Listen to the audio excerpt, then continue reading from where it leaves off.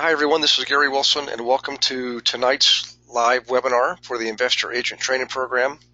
Again, welcome to those of you who also have been through flipping for profits or rental problems without the pain. Those are two separate programs, so welcome aboard to you guys. Almost everybody here is a licensee, which is good because we're going to go over tonight how do you actually do the analysis on a flip, and you need to understand this when you're working with investors, because a lot of investors you're going to be working with are going to be new to the business of investing, and you don't want to do the work for them. But if you understand how the work is done, you're going to be able to be their consultant, to be their advisor, to be their guide, which is exactly what you should be doing. You shouldn't be doing that work for them. They should be doing it. You're just simply providing the tools, the information, and the inventory so that they can make better decisions and make wise decisions, and of course make more money. So in any case, without further ado, I want to get started here. Welcome aboard to all the new folks. A little bit of administration here.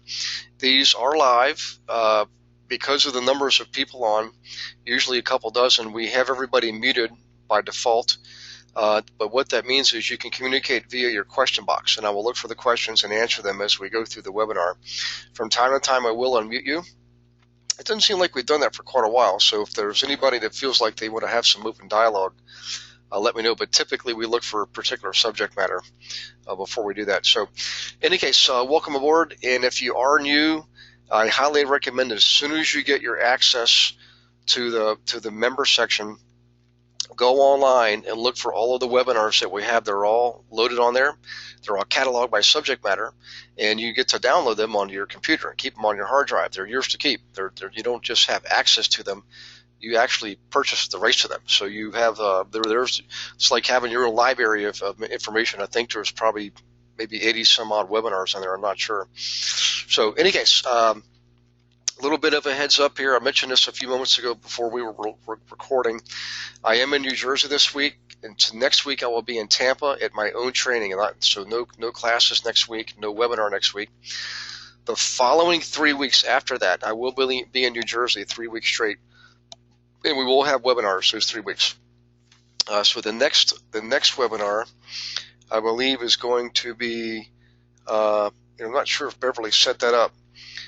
The week of the 25th, I can't remember exactly what we came up with. I think it's Tuesday night. Well, don't quote me on that. An email will come out from Beverly. So whenever you get the recordings of these emails, you will get the schedule. You will get the schedule of the upcoming webinar. So in any case, let's go ahead and jump into the material here. All right. The main subject of tonight is how to do analysis on flips, and you're going to notice a big difference between tonight and last week. Tonight is going to be more about the physical analysis of a property, and not that financial analysis is not important on flips. It certainly is. It's just not as complex. It doesn't take as much time as it does for rental properties. Okay, so first things first. You definitely want to master this, even though you may be an agent who has no intention of investing. It doesn't matter. You've got to master this so that you know how to work effectively with your flipping clients. Flipping has been and always will be a hot topic. I prefer rentals myself. I've done a lot of flips, so don't get me wrong. I've done both. But there's reasons why I like flips more than rentals. The main thing is I like rentals more than flips, excuse me. The main reason is, financially speaking, I can make money 5 different ways with rentals, okay? I'll make net operating income, which is the cash flow after expenses. I will get appreciation. The properties will appreciate over time, not as much as single-family homes, but they certainly will appreciate. I get depreciation, which is the phantom write-off. In other words, the Uncle Sam gives us the right to write off about 3.41% of the cost basis of a property every year that we own it. Okay, it's a paper write-off. So it's appreciation, depreciation, cash flow. Also get equity, basically a mortgage pay down. In other words, every month the mortgage payment is being paid more and more by the tenants paying me rent. And so I build up more ownership, more equity in the property. It kind of couples with the appreciation, that is. Appreciation is strictly a matter of increased market value. Equity pay down is your mortgage being paid off over time. Okay, the fifth way, though, is I still get to sell the property at some time in the future, maybe 12 years down the road, which is my average hold time. Okay, back to flips, you only make money one time, one way on a flip. It's when you sell the property after it's been remodeled. So you get paid one way, one time, and essentially you shoot the goose that's laying the golden egg. In any case, the basic formula for flipping, okay, is we call it your maximum allowable offer. There's a couple terms here I'm going to go over, so let's do that. We'll get into some of the forms here. In order for to determine your maximum allowable offer, you need to have an understanding of what your ARV is for the subject property. ARV meaning after repair value. It's the same thing as what you believe your market value is for the property in a fully functional state. In other words, ready to move in, everything's clean, freshly painted, all of that. And in the case of flipping, typically you're going to have a lot of remodeling that's been done. But the ARV is the value of the property after all that work has been done, assuming the property is ready to be put on the market and is habitable. Okay, so ARV is a very critical figure. Somebody needs to be doing the work and the analysis and homework on this. In the beginning, you're going to be doing a lot more work and analysis on areas so you know what a good ARV is for particular types of properties in particular neighborhoods. Okay, and obviously you want to validate that. Always validate it by doing your homework on the MLS, looking to see what sold, how long it took to sell, what the sale price was relative to list price on a number of properties. Okay, and there's lots of reports you can get that show you that information. In any case, ARV is absolutely critical, right? So if you get the ARV right, you're in good shape. If you project your ARV to be too high, a couple of bad things can happen. Number one is you could end up paying too much for a property in the beginning. Number one is. Number two is when you go to put your property on the market for sale after it's been remodeled, and you projected your ARV to be too high, higher than what the true ARV should be for that area, the property won't sell, at least not for that price. That's very dangerous. Now, having an ARV that's too low is also not good, because if your ARV is being projected at too low of a price, what that will result is in you or your client making offers that are too low for that property, and you'll never get your offers accepted. So you have the ARV has to be spot on, absolutely spot on. It's just like riding a bike, guys. Once you master this, you'll have no problem determining ARV for the different areas. All right. So in any case, let's move on here. By the way, we'll get into this later on. This talks about a 30% cushion. So the general rule of thumb is this: if you have an ARV of $200,000, okay, you cannot have more than $140,000 total into the property. That's purchase plus remodeling. Okay. Now remember, don't be startled here. ARV is the value of the property after it's been remodeled. Okay. You're going to find properties out there that are listed for sale far less than the average ARV for a particular neighborhood, assuming that there's REOs and estate sales and things like that. Okay, and there's other types of properties you can get to that don't have to be necessarily in distress, but certainly priced below the ARV for the area. There's room for profit. In other words, room for remodeling and room for profit. So we're going to get back into this after we go through the forms. Just keep in mind that the two main things here are ARV and a 30% spread. That's going to include your profit and your overhead. Okay. All right, let's move down here. You can see the basic warning there. ARV, when you add the cost of purchasing a property to the cost of rehabbing, the total must not exceed 70% of the after repair value. And that's pretty straightforward stuff. All right, I'm going to skip this section here. This is instructions for working with flippers. We're going to go over that again the week after next. Okay, so don't worry that we're skipping through this material. It's just we're going to come back to it. Not next week, but the week after. What we're going to focus on tonight are the forms you use and the forms you're going to be giving to your investors and how you actually use those forms. Okay, so let's get down to the first one, which is where I'm getting close to. And again, by the way, let's look at this now and then we'll come back to it. I know you guys are probably wanting to know the basic formula. It is very simple. It's the same wherever you go. Any textbook you look at, it's going to be essentially the same thing. Okay, we know what ARV is already, after repair value. MAO stands for maximum allowable offer. So to calculate your maximum allowable offer, you take your ARV, and we'll give you some examples here. Let's just say it's $200,000, less your 30%. Okay, that's your profit and overhead. That's going to take you down to $140,000. And then less your repairs, whatever you project your repairs to be, that's what we're going to go over tonight. That your resulting number is your maximum allowable offer. In other words, you can't offer any more money than you can afford to pay for the house when you add in remodeling and add in your profit margin and overhead and come up with the ARV. All right. Now, in soft markets, we suggest that you reduce your initial offer, starting offer, by about 15% from the MAO. Now, in tight markets, that might only be 5%. It may be even. Like right now, in most parts of the country, it's a tight market. There are a few exceptions. We have some students on from the Carolinas, and if you're in the Carolinas, you understand, at least in North Carolina, there are some soft markets still. They're just soft even from the last recession. So let's look at an example up here. I think I gave one, if I'm not mistaken. Let's see if I can find it. Here it is right here. All right. So let's say your ARV is $200,000. That's the average sale price of a good home in whatever neighborhood you're working in, assuming the home is in functional order, up and running, and basically marketable. Okay, you're going to initially take off 30% for profit and overhead. That leaves you a balance of $140,000. All right, so if you have a projected rehab project of $30,000, that means your MAO, your maximum allowable offer, cannot exceed $110,000. So $110,000 purchase price plus 30 remodeling equals $140,000. All right, you add back in your profit margin, 30%, which is essentially $60,000. $60,000 is 30% of $200,000. Okay, you add that all the back in reverse, and you get your $200,000. All right.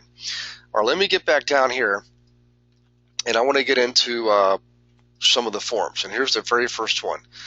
Before I do, let me check for questions here real quick. I know I just gave you a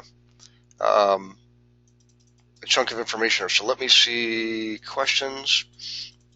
Okay, this is, whoops, hang on 1 second. Let me go back to the attendee list and see who that is. It's probably Gary Simmons. Hey, Gary, how you doing, buddy? This must be your question. Let me go back here. And Gary is brand new. All right. Let's see. Did it start yet? 7:08 p.m. now? Yes, we're started, Gary. We started at 7:05. We're live usually a few minutes before 7. That's Eastern Standard Time. I give everybody a few minutes to log in and get settled, and then we start the recording. Let's see. Neetu, let's see, says there's still lines. Oh, Gary says, okay, got it. Hey, guys, if the lines are, let me know if the lines are still there. We've been recording now for a few moments, and they should be gone. I'd be surprised if they're still there, but if they're still there, I'll call GoToWebinar again. Ken says, nope, they're still there. Okay, that stinks. All right, well, let's keep going here because at least in the past we've been able to go through the material. Let's see. Okay, property inspection report. Now, there's 2 parts to analysis on flips, the physical analysis it is, right? So 2 forms we're going to use, 2 parts, 2 forms. Part A is going through and doing the inspection. You're not necessarily going to determine the exact cost of things at this phase. You're simply going to do an inspection of the property. Okay? In the second part, which is a separate form, you are going to do all the math. You're going to figure out all of the actual costs by, talking to contractors, getting bids, going to Lowe's, Home Depot, what have you, whatever the case may be. So let's look at the first part here. This is the physical analysis of the looking at flips, right? First things first. You want to think, picture this, all right? Here's how you want to look at this when you're looking at flips. When you're going to look at a property, remember you're only going to be looking at a small handful of properties. You should have done most of your legwork ahead of time on your computer. So this is assuming you're down to the final list of properties to look at, you and your client. Imagine yourself driving down, you turn the corner, you drive down the street that the house is on, just as if you're the end buyer of the property. In other words, think in terms of the person who's going to buy the property after it's remodeled, okay? That's your consumer. That's your ideal consumer. That person's driving down the street. What are they going to see? And you want to follow along doing your initial inspection as if you're the ultimate buyer in what they're going to look at first, what they're going to look at second, what they're going to look at third, okay? And the first thing you're going to see as they drive down the street is the outside of the property, the building and the grounds, the exterior of the building and the grounds, okay? All right, so I want to go through this. I want you to put your pens and pencils down for a moment. You can listen and watch the recording over the next week and take further notes. And the more notes you take, the more you're going to grasp this. You can take notes if you want while I'm doing this, but I promise you, I want you to put on your imaginary hat and imagine the consumer driving down the street. And the first thing you're going to see is the exterior of the property and the landscaping, what we call the curb appeal, curb view. So you're driving you're driving close to the driveway. You generally will stay out on the street and park along the curb, okay? The first thing you're going to see is you're going to look at the landscaping and the outside of the building. But we're going to get granular here, okay? The first thing I want you to do is get out of the car. You're using your imagination here again, all right? Look at the mailbox, okay? It's the closest thing to you, so you start with the closest thing to you, which is the mailbox. If it's leaning over, if it's old, if it's rusted, you just want to make a note of it, write it down, replace mailbox. I mean, we're going to get nitty-gritty here, and you have to get nitty-gritty when it comes to flipping because you don't want to leave anything to chance.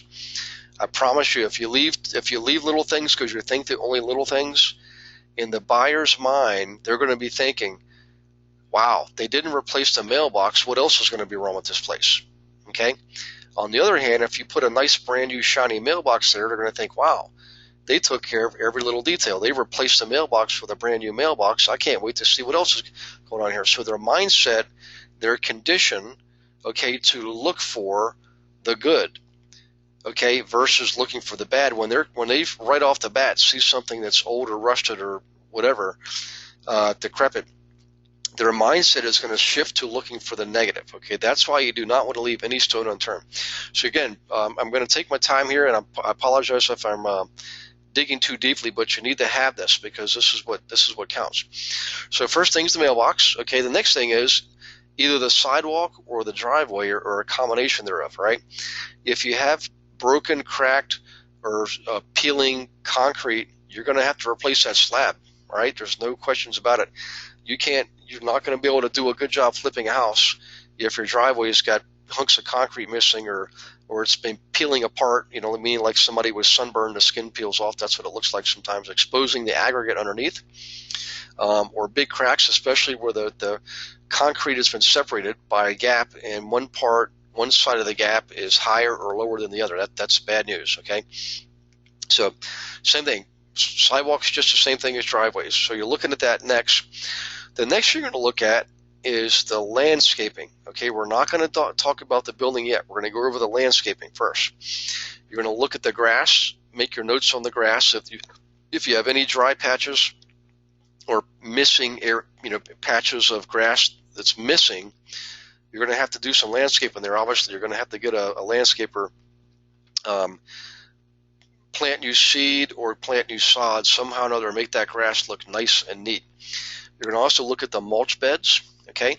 If they have mulch beds, you're probably going to want to do some weeding and put new mulch down, all right? If there's landscaping already there, in other words, if there's already shrubbery and it's not grown too much, you can keep existing shrubbery. You just want to trim it back and cut it back so it looks neat and manageable and is not overbearing. You don't want it to overtake the house. And you know what I'm talking about. If shrubbery gets too big, all of a sudden it dominates the view, it dominates the curb view, the curb appeal, and it can be a little bit of a turnoff. So now at this point, I highly recommend you make a note of if there's any color, any flowers, because if there's not, you want to make a note of that, and I highly recommend that you add some flowers, unless it's like into the middle of the winter and you're in the north and it doesn't make sense, okay? If you're in a the South or Southwest in California, you can plant flowers all the time. All right. So, in any case, we're also looking at trees. Look for branches overhanging the roof. You do not want to leave those. I mean, number one, it's bad for the roof, but number two, it looks pretty scary to people when they see broken and cracked limbs on top of the roof hanging down and all that kind of stuff. So some of this stuff can run into a little bit of money. Having somebody cut out and trim back branches can be, depending on who you get, can run into a little bit of money, but it has to be done on a flip.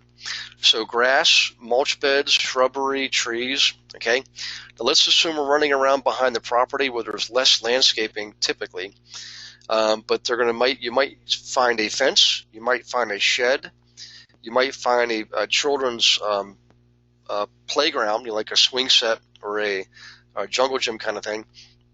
I'm going to talk about that for a second. If you have one of those old wooden structures where there's like a fort with a slide and swings, if it's in decent repair, you can keep it, okay? Because your most common client is going to be a middle-class family looking to buy a medium-price home, and they have 2 children, so that might be appealing to them, all right? If it's old and decrepit, I would not try to repair it.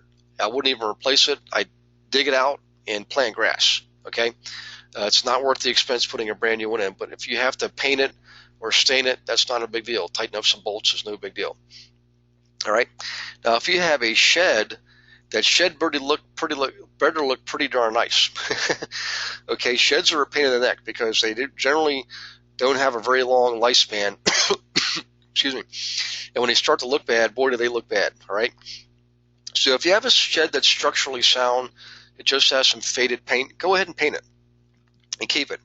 But if you have a shed where the floor is caving in, the doors are crooked, the roof needs to be replaced, just get rid of the thing. I promise you, just tear it down and get rid of it. It doesn't make any sense to spend money to put a new shed up because you don't know that the person buying the house even want a shed. The fact is, if they don't see a shed there, they'll never miss it because it was never there to begin with, okay? So, all right, sheds. Now, fences. I generally don't like fences, but in some parts of the U.S. and Canada, fences are pretty popular, all right? And if your fence is in good shape, again, keep it. There's stuff you can get for chain link fences to make them look like they're brand new again.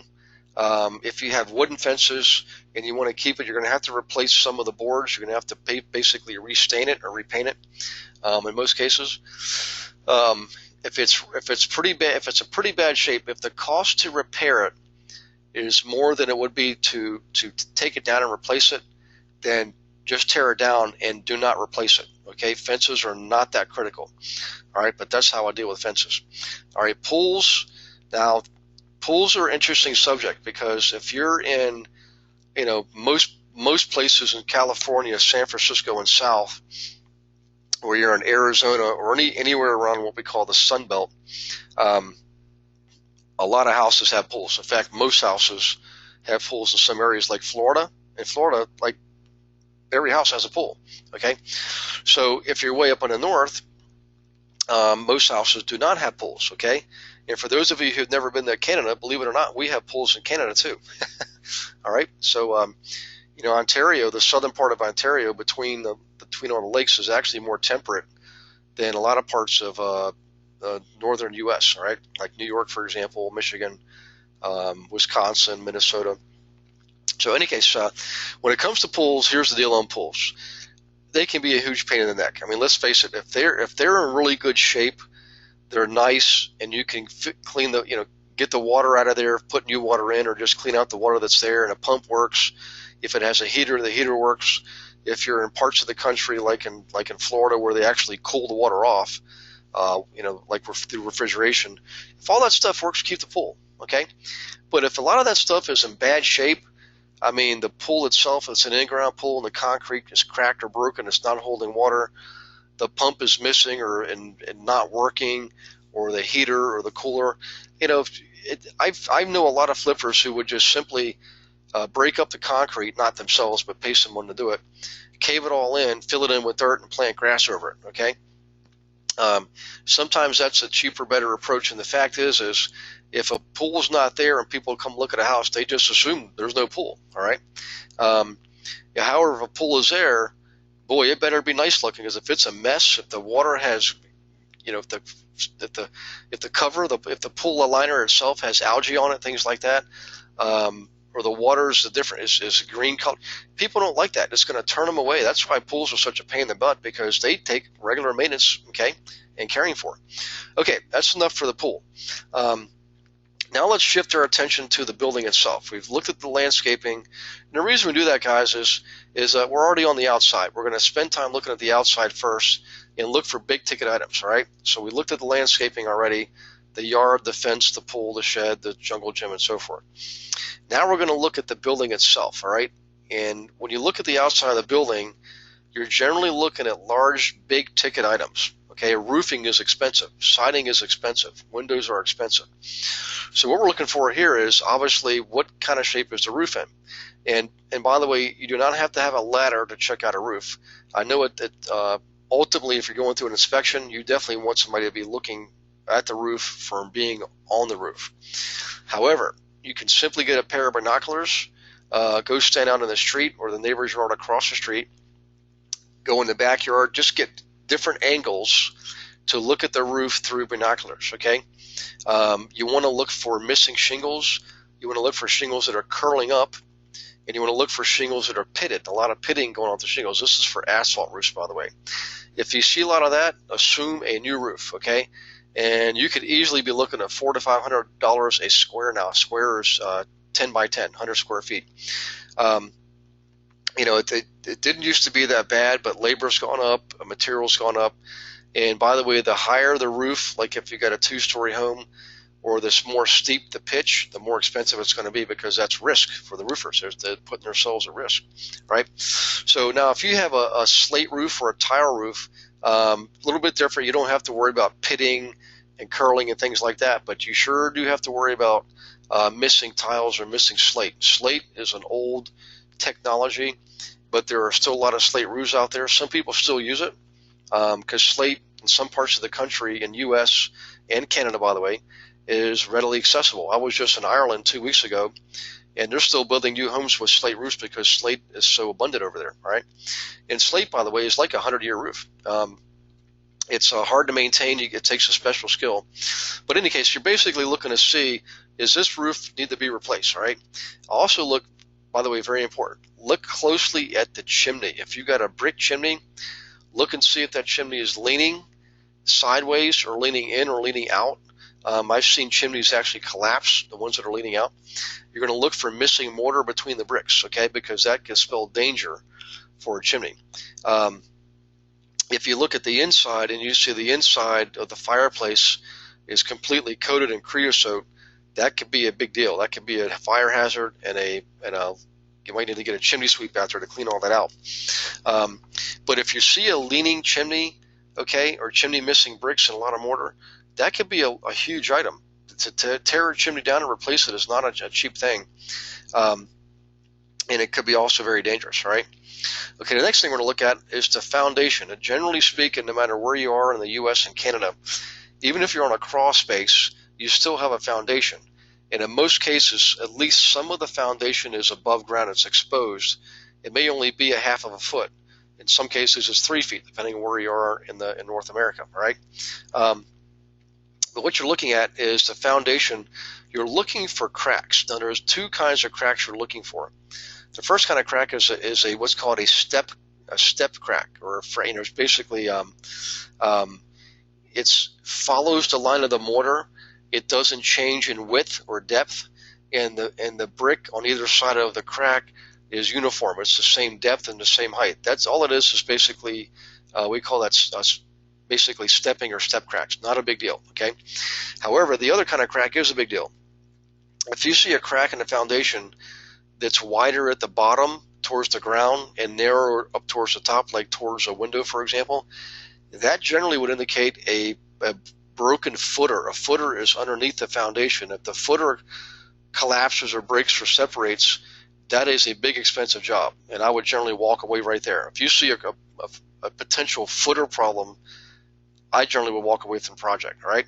However, if you see a crack where it's wider up top and narrow down towards the ground, it's generally not a foundation problem, not a footer problem. but possibly water penetrated, around a door or window opening and got inside there and started pushing things around. Okay, so that's cracks. Okay, I generally don't like wooden exteriors. If I see them, I'm generally going to side over them with vinyl siding. All right, so wood is basically not a good exterior material. People were using it for years, but people today don't like it. All right. Okay, so we're looking at roofing, windows, and doors. Windows, by the way, what we're looking at in windows is we want to see newer vinyl-clad, double-pane, double-hung windows. Wooden windows are okay if they're new, if they're contemporary and they're double-pane. Maybe they're wooden on the inside and vinyl-clad on the outside. I've seen a lot of those, and that's okay too. You're basically looking for modern windows, contemporary design, contemporary construction. If you have the old wooden sash windows, be aware, especially the ones with single panes. They generally require a lot more maintenance and repairs over time, and they would generally be a bigger turnoff for newer consumers. People buying hoops that have been remodeled do not want to see older wooden sash windows, right? Single pane windows. Doors, on my exterior doors, I like to see steel insulated doors. Okay, not wooden doors. I know they can look better, but steel insulated door is not going to warp on you. It's not going to crack. It just needs to be painted, and they're generally more secure too. They generally have metal frames, and they're very secure compared to wooden doors. Right. So that's the outside of the building: roofing, siding, windows, foundation, doors. All right. All right. Let's say now you're walking back to the front, and you walk up to the front door. The first thing you're going to see and touch is the doorknob. All right. So again, if the door is presentable, you can keep it. If it's not, replace it. Don't ever shortcut on doors. Okay, especially exterior or interior doors. You're definitely usually going to replace the doorknob wherever you are. Unless they're brand new, you're going to replace them. Put brand new doorknobs on there. Okay. Now you open up the door and finally walking in the house. Hallelujah. Okay. The first thing we do is we don't go look at the kitchens and bathrooms. I know that's tempting, but what you're going to do first, guys, is go down into the basement, or depending on where you are in North America, sometimes you don't have a basement, sometimes you have a crawl space, sometimes you don't even have that. Sometimes you're just on a slab, and if that's the case, you want to go to the utility area of the house. You're going to look at the furnace, the air conditioning, the water heater, and the electrical, which we'll cover here in a second. Hang on a second here. There it goes. Reading, I'm not sure what that means. I don't want to do that. Okay. Electrical is later on. Yep. Okay, so first things first. On the furnace, if you have a forced air gas furnace, you want to test it out and check it and make sure it works. It should look pretty new. The reason you want to check it out is you want to look for potential cracked heat exchanger. That could be you generally have to replace the furnace when you have a cracked heat exchanger. All right. And the way you can tell is if you turn the furnace on and it makes a loud boom, that's a good indicator you've got a cracked heat exchanger. All right. If you have a boiler, okay, you're looking to look at the boiler itself, the actual tank. It's basically a square box, sometimes a rectangular box, and the reservoir is inside there. If the reservoir has cracked, okay, generally the sides of the tank will be bowed out. Okay. Another thing you're looking for is any signs of rusting or oxidation, like white chalky stuff or green chalky stuff. Things like that. I want to make sure that furnace works, whether it's a hot water system or a first air gas furnace. I want to make sure it works well. If I'm not completely satisfied with it, and you'll know it because it's going to look really new. Okay. If it's old and old jalopy, assume you're going to replace it. Just mark it down. Old, rust, oxidation, all that stuff is present, okay? If you're lucky and you can test it out, by all means, test out the HVAC. In other words, test out the heating and air conditioning, right? You're also going to look at the water tank. And what I look at water tanks is this. There's two rims on a water tank. The upper rim, there's a cap, okay? You've got the tank itself, you got a cap on top, and you got a cap now on the bottom, a bottom plate. Where they meet the tank itself, around the perimeter is obviously where the metal meets the metal. It's like a ring.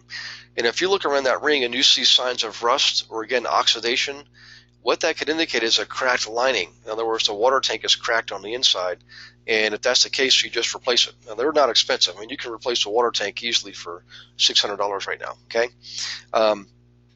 In case you're looking at the water tank, now sometimes you have, in some parts of the country, you have a different type of heating. You might have electric radiators, okay? You might have radiant heating coming from the floor, subsurface floor heating. I've seen that where there's tubes with oil running through it. Matter of fact, one of my sisters has a house like that in upstate New York. But regardless, there's always a system. There's always a mechanical system, okay? Except for the electric baseboards, that's just simply electric, and they're easy to test. You just turn them on, right? In any case, we finished looking at the utilities. Now what we're going to do is we're going to go through and start looking at the money rooms, okay? Money room being kitchens and bathrooms. Let's start with that. Before I do, let me take a quick pause here and look for questions. So hang on one second. Okay, let's see. Ken has a question. All right. Starting offer should be MAO less 15% in soft markets. Given we don't, oops, let me go back here. Sorry, Kent, I'm just going to get back to the beginning of your question. Okay, given we don't have that, where should that discount be? All right, so Kent, yeah, in a tight market, you generally want to keep it like 5% below MAO. Now, I'm going to violate one of my own rules here. Let's say you're in a tight market and you have valuation increases that are moving along pretty well. In other words, your average values are increasing 5 or 10% per year. In some parts of the country, I go to California a lot, down around Laguna Beach. At least last time I checked, they were still appreciating after the recession, post-recession, 15% per year. I mean, when Phoenix turned around, heck, Phoenix was going up 50% per year on average. There were neighborhoods that were literally doubling in a matter of months.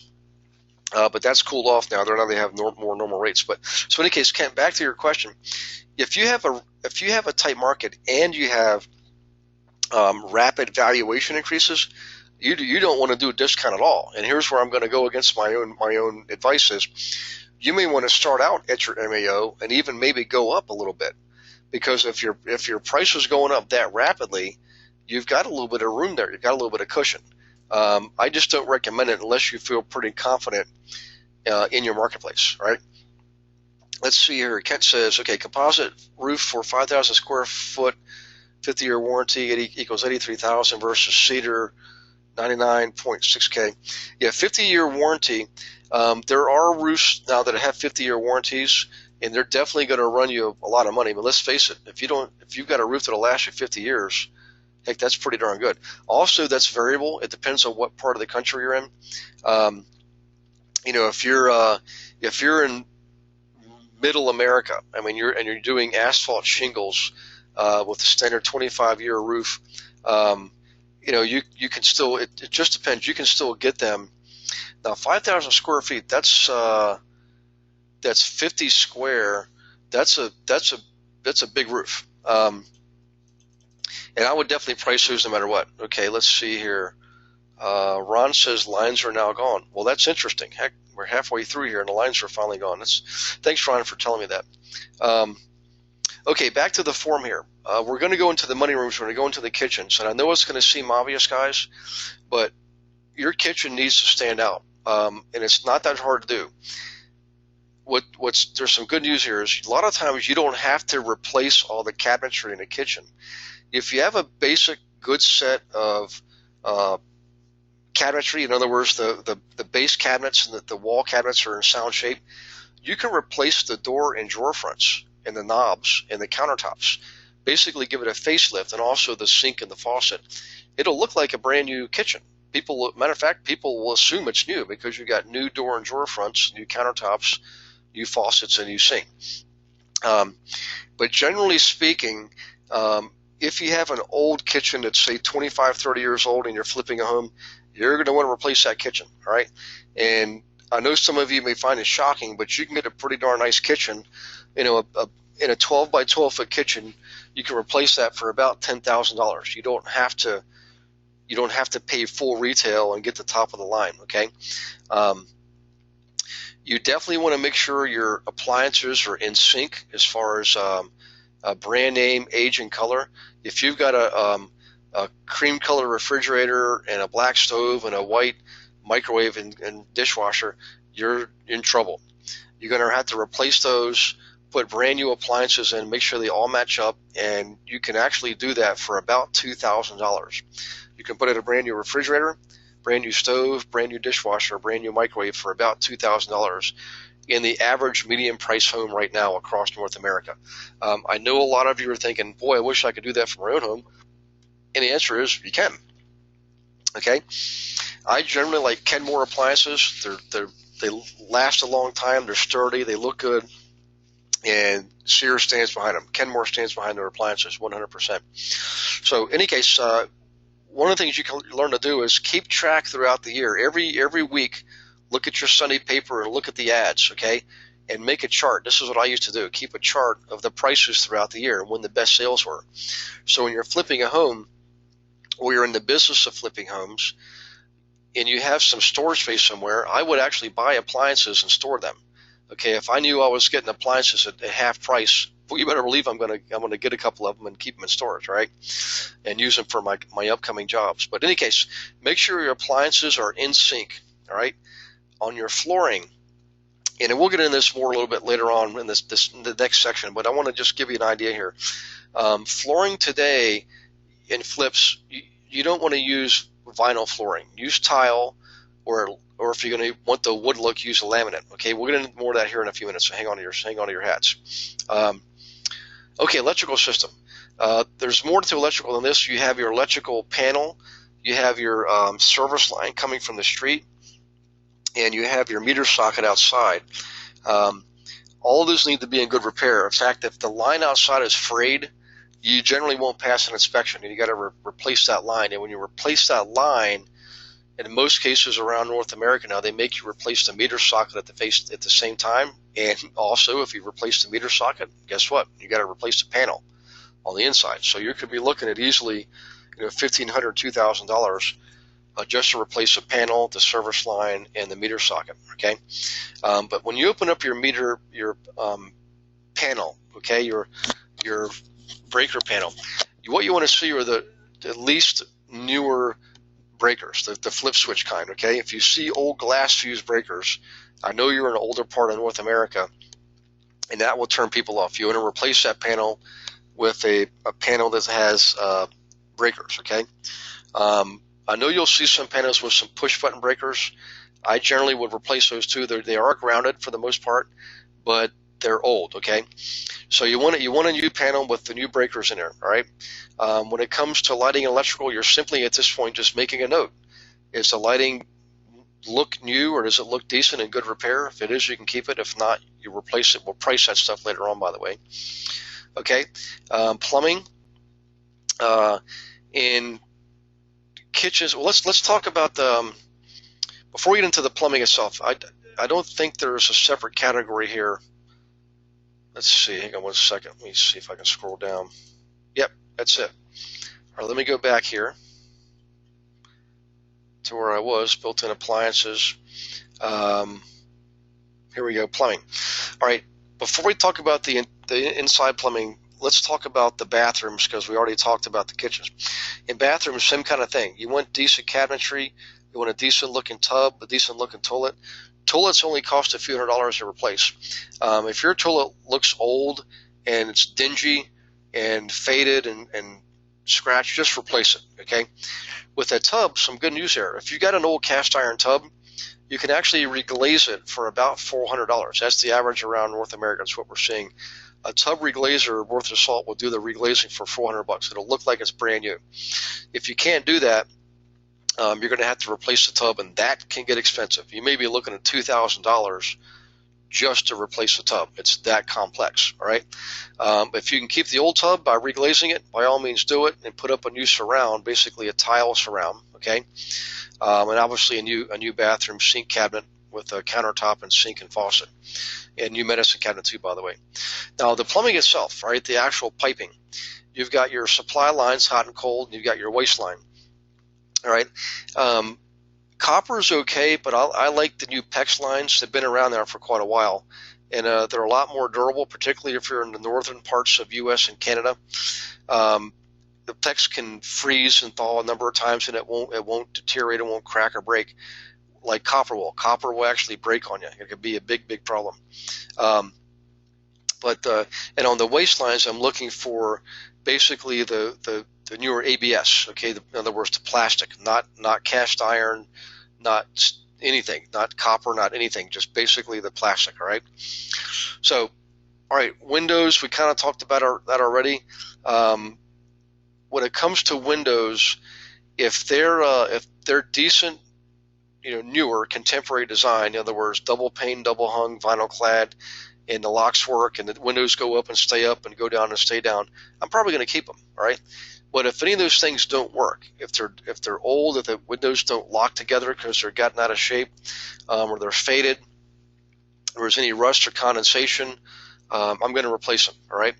And if you replace windows, unfortunately, you're going to have to replace all of them because you want them all to match all the way around the house. All right. So in any case, the only thing we haven't looked at yet so far is what's left. Doorknobs, light switch plates, outlet plates, carpeting. Carpeting is pretty simple. If it's not new, I'm going to replace it. I know that seems harsh, but I don't want to try to sell a house that has faded carpet, matted carpet, or carpet that has a color that's out of style. I want good new plush carpet that stands up and has a good pile, okay, and looks appealing to the eye. That's very important. When people walk on it, believe me, they're gonna notice it as soon as they walk through the door, and plus they're gonna walk on it. Kitchens and bathrooms, I like tile. I do like wooden floors. Sometimes people ask me, what about wood? I like wood in dining rooms and living rooms, and that's probably about it. I don't generally like it in the bedrooms because more people like carpeting in bedrooms than do like hardwood.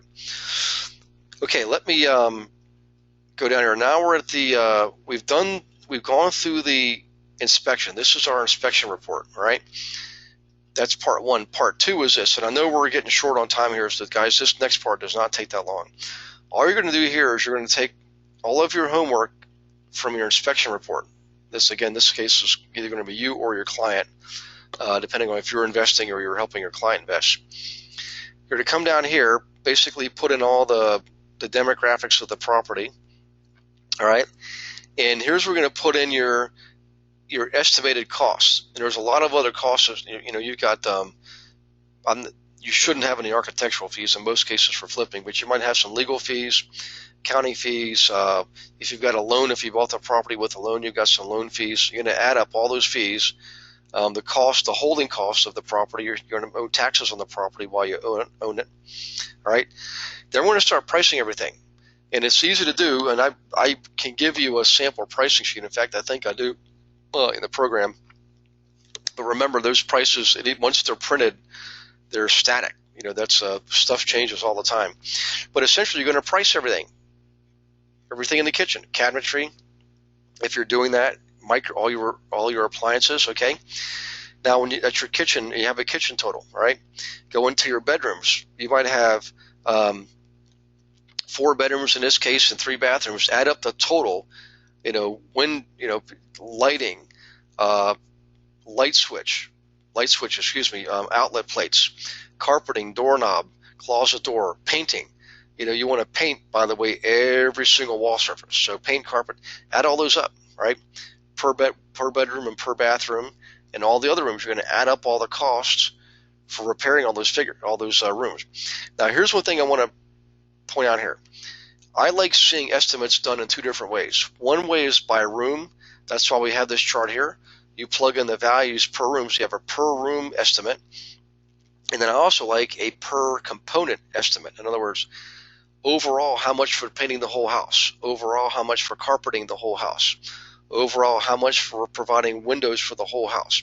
In other words, that's a different view as opposed to a per room view. And the two should crossfoot at the end. And you should be able to look for holes or opportunities to save money. Okay, so that's what you're going to do with this the rehab form. So the first form was an inspection form. Second form was a rehab form where you put in your total cost, the cost of a new heating system, cost of plumbing. Whatever the case is, you might not be doing all these things. You might just be doing a few of them. But you're going to put in the cost that your contractor is giving you, what your material costs are, labor costs, the whole 9 yards. You want it broken down. Again, I like to see it by component myself in my room. So you add all that up. All right, we're not going to worry about financing right here for the sake of this 1 hour session. But essentially, you're going to add up all your costs, okay? And you know what your purchase price was. We know what your after repair value is. We know what your profit margin is. You should be able to estimate your gross profit. So what I did now, guys, is I provided a sample in the material of a completed rehab sheet, right, broken down by component. And I added up all the figures for item cost and labor and the total cost. You can see interior paint in this case, or interior carpeting, is $7,000. Interior paint, $2,000. Kitchen didn't need to be fully remodeled. I just simply replaced the countertop, door and drawer fronts, sink, and that was $2,500. All right. Let's see here. Some other things.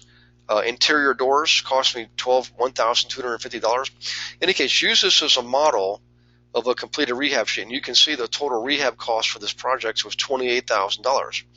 I actually came within $100 of this estimate on this property. Okay, in other words, I think it was just under $28,100. That was the total cost of the rehab for that project. All right, let me take a quick pause here and look for more questions before we go back to the MAO. All right, so let's see here. Yeah, hey, Kent, I'm looking at your questions again, or your comments again on the roofing. Kent, if I was you, I would join your local REIA group and get familiar with some of the contractors, some other investors, and find out who they use, and you'll get some good referrals for roofers there, and see if you can't beat some of these costs. I mean, some of these costs, even for me, and I've seen a lot, seem to be pretty high. I would never really put a cedar roof on a flip, because in most cases you're going to be flipping medium price homes to middle class families. That's the strong part of your market, and they just basically have asphalt shingle roofs. Okay, so in any case, let's see, 5,000 square feet. That's like 50 by 100, and that's a lot of roof. In most cases you'll be at like half of that, right? And your warranty is going to be maybe 25 years, something like that. So, okay, let me go back here, guys, and we will continue and get close to the end. I think I broke this down. Yeah, I actually did. This was an old flip years ago, and I basically hit my profit margin spot on. It was a $75,000 ARV, and again, this goes back some years. Purchased for $25,000, remodeled for $25,000, and actually bought it for about $20,000, remodeled for about $28,000, and sold the thing for $75,000 and made myself a handsome profit of $25,000. And in fact, the guy that bought it lived across the street. It turns out the house was originally his sister's house. She had passed away. Her son, who was this gentleman's nephew, was forced to move away. The guy felt bad. He decided he wanted to buy the house back so his son could live in it, his nephew could live in it, and he saw that I purchased it, saw that I started remodeling it right away, decided he's going to let me do the remodeling and he'll just pay my price, because it turns out he was in construction, and the last thing he wanted to do was come home and drive more nails. So literally, I'm putting the sign in the yard. He walks over and says, "Hey, I'd like to talk to you about the house." And I said, "Great." He said, "I'm the neighbor." And I said, "That's interesting." And he said, "Yeah, I didn't want to do the work myself. I figured I'd let you do it. Can I see what kind of work you did?" And I said, "Sure." Took him inside, and he liked it. And he said, "What would you like for the place?" I wanted $75,000, so I told him I want $80,000. He said, "How about 75?" And I said, "Sold." And literally sold it in 5 minutes. And by the way, that was right. That was the last flip I did. It was right before an economic downturn. In any case, all right, back to the ARV. We're going to finish up with this. We're going to finish where we started. All right. You have to be comfortable with what your ARV is for the area. It's essentially your market value, perceived fair market value for a medium price home, 4-bedroom, 2-bathroom, some cases it's 3-bedroom, 2-bath, whatever the case is. What is that medium price home for your area? Because that's what you should be flipping. And what are houses selling for in that neighborhood and similar neighborhoods in a remodeled state?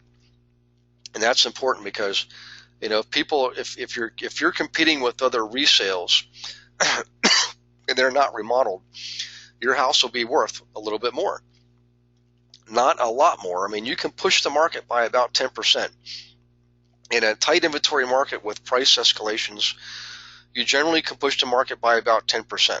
Okay, but I wouldn't get more aggressive than that because you might end up not meeting your profit margin and being somewhat disappointed. Okay, so essentially ARV is what the place should sell for when it's all done being remodeled. Subtract off your 30% for profit and overhead, roughly 20% profit, roughly 10% overhead. All right, then you subtract your repairs, and that resulting number is your MAO, maximum allowable offer. All right. So that's pretty much it, guys. Next week, and if you look in your material, you'll see there's a further description of this example here. And I actually give you the history. Bought it for 25 grand, like I said, remodeled it for 25 and sold the thing for 75. All right. Okay, let me check for questions here before we wrap things up. Remember, no webinar next week. The week after, we're getting into the specific instruction on how do you work with flippers one week and how do you work with landlords the next week. That's the nitty-gritty in the field, on the job, specific information you need so that your client is successful and so that you're successful working with your client.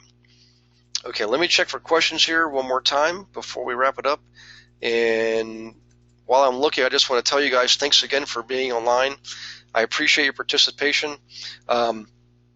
We're going to go through these next couple sections here over the next month or so, and then we'll likely jump back into some marketing probably towards the second half of August, okay? So in any case, you guys have a wonderful rest of the week, an awesome weekend.